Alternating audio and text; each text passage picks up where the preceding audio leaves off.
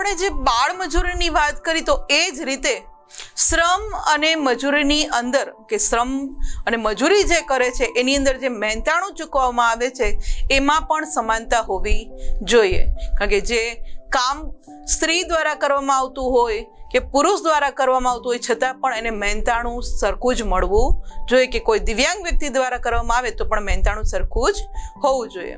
વિદ્યાર્થી મિત્રો, એક જ સરખા કામમાં હમણાં જ મેં વાત કરી કે પુરુષ અને મહિલાને જે મજૂરી ચૂકવવામાં આવે એમાં ભેદભાવ રાખવામાં આવે છે. ઘણી જગ્યાએ એવું હોય છે કે એક જ સરખું કામ છે છતાં પણ સ્ત્રીઓ અને પુરુષને ચૂકવવામાં આવતું મહેનતાણું છે એમાં ભેદભાવ જોવા મળે છે અને ઓછી મજૂરી આપવી પડે એ માટે કોઈક જગ્યાએ તો બાળ મજૂર પણ રાખવામાં આવે છે કે કોઈ મોટી વ્યક્તિ પાસે કામ કરાવે તો આખો દિવસનું મહેનતાણું એને 300 થી 400 રૂપિયા ચૂકવવા પડે, પણ એ જ કામથી બાળકો પાસેથી લેવડાવે છે ઘણી જગ્યાએ કે જેથી એને આખો દિવસના કામના ફક્ત મામૂલી 100 થી 150 રૂપિયા ચૂકવે છે, એટલે અડધું મહેનતાણું ચૂકવાતું હોય. તો આ રીતે ઓછી મજૂરી ચૂકવવા માટે પણ બાળ મજૂરો રાખવામાં આવતા હોય છે, જે આ ઇમેજમાં આપણે જોઈ શકીએ છીએ.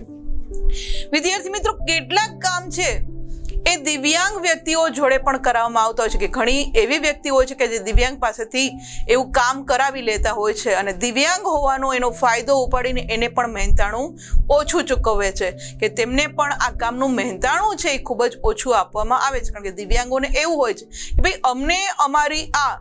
ખામીને કારણે કામ નહીં મળે, જેથી એ લોકો પણ આ શોષણનો ભોગ બનતા હોય છે કે મહેનતાણું ઓછું આપે છતાં પણ કામ કરી લેતા હોય છે, જે આ ઇમેજમાં આપણે જોઈ શકીએ છીએ. વિદ્યાર્થી મિત્રો, પણ લોકશાહીની અંદર દિવ્યાંગ વ્યક્તિઓનું શોષણ ન થાય તે માટે તેઓને તાલીમ આપી અને પગભર કરવા માટે સરકાર દ્વારા અનેક યોજનાઓ અમલી કરવામાં આવી છે કે દિવ્યાંગોનું શોષણ ન થાય અને મહેનતાણું ઓછું મળે એવું ન થાય માટે સરકાર દ્વારા ઘણી બધી યોજનાઓ આજે અમલમાં મૂકવામાં આવી છે કે એને એવી તાલીમ આપવામાં આવે કે જેથી એ કામ કરી અને પોતાનું સારી રીતે ગુજરાન ચલાવી શકે. જે આ ઇમેજમાં આપણે જોઈ શકીએ કે દિવ્યાંગ હોવા છતાં પણ